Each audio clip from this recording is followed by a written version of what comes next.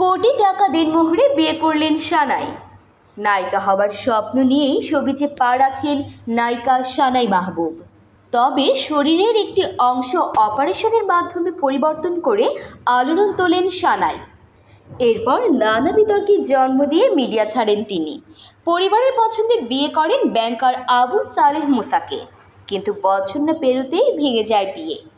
সানাইয়ের অভিযোগ ছিল তার স্বামী শারীরিক সুখ দিতে অক্ষম। এবার জানা গেল ফের বিয়ে করেছেন সানাই।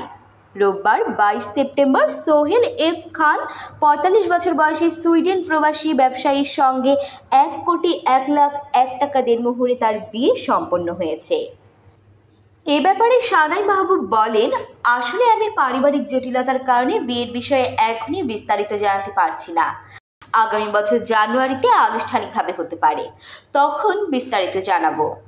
বিয়েতে দেনমোহর ছিল ১,০১,০০,০০০ টাকা, তবে ১ টাকাও উসুল করা হয়নি, পুরোটাই বাকি। দেখুন, দেনমোহরের টাকার বিষয়টি নিয়ে কোনো জোরাজোরিও করিনি আমি, পুরোটাই স্বামীর ইচ্ছাতেই হয়েছে।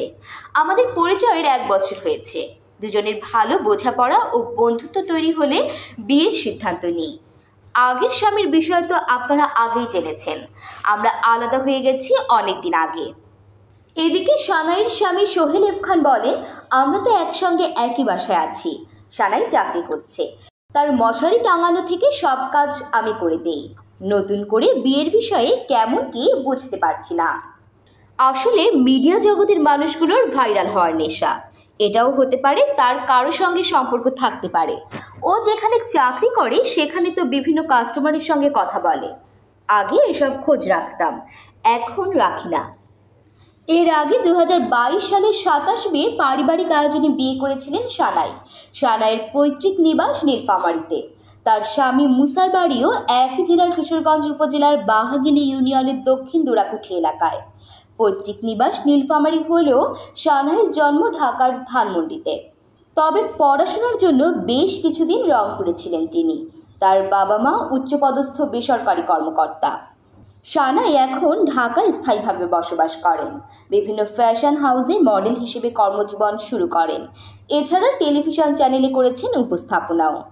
প্রেমের তাজমহল খ্যাত পরিচালক গাজী মাহবুব ভালোবাসা 24x7 নামে একটি সিনেমায় সানাইকে কাস্ট করেন।